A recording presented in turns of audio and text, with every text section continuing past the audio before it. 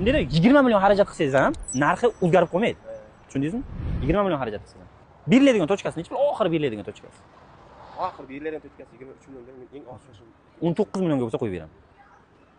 Undan ziyod qo'yib beraman. Kraskasi juda ko'p kraskasi. To'g'ri tushuning. 19 million. O'zim 25 ga olganman-da, bir oy oldin. Aka, olgan narxingizni aytmang. Olgan narxingizni sotolmaysiz. Hozir unaqa payt emas, foyda qilib sotadigan payt davr emas hozir. Iloji yo'q, zarar qilasiz, iloji yo'q. Berdingizmi? 20 ga berasizmi? 20 dan oshira olmayman lekin. To'g'ri kelsa 20 ga qo'yib beraman. Bu narsa lekin Malamijir qilmadim. 20 ga bo'lsa ana bering.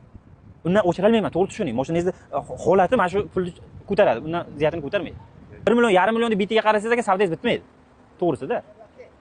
Nima qo'shay? Ha? Qo'shimni ustiga bundan qo'shib. Bo'ldi 50 ming qo'shdim, bor barakan.